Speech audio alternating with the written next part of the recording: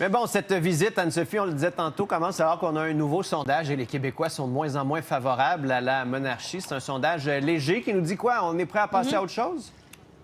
9 sur 10 qui disent qu'ils n'ont aucun attachement à la monarchie britannique. Pour être précise, c'est 87 des gens qui disent qu'ils n'ont aucun lien avec cette institution-là, contre seulement 7 qui disent toujours y être attachés.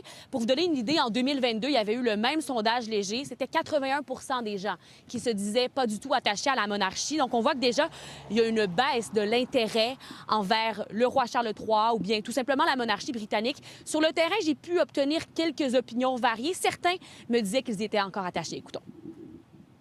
Est-ce que ça vous intéresse? Est-ce que vous sentez que vous avez un lien avec la monarchie? Mais je vois que pour le moment, avec la crise qu'on passe avec les États-Unis, ça va être un bon retour vers, Un bon lien? un bon lien avec l'Angleterre. Donc.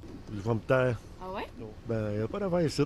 Ça ne nous apporte rien, puis on fait juste payer pour ça, là, finalement. Oui, je ne même pas. Vous saviez pas? Pas en tout. Est-ce que vous aimez ça, vous, la monarchie? Est-ce que vous vous sentez attaché à ça? Pas en tout, pas en tout, pas en Non. tout. Non, mais je dis que c'est libre choix à tout le monde. Là. Ben, je veux dire, c'est pas vraiment de ma génération. Mes parents m'ont jamais vraiment intéressé à la monarchie, puis eux non plus s'intéressent pas à ça. Je suis canadienne, c'est normal. Vous êtes attaché? Bien sûr, ça fait partie de l'histoire du Canada. C'est un symbole pour dire à Trump, à quelque part, qu'on est un État souverain. Mais comme souverainiste, c'est peut-être pas une bonne idée. On sait aussi que demain, le roi Charles III va prononcer le discours du trône. C'est à l'occasion de l'ouverture de la prochaine session parlementaire.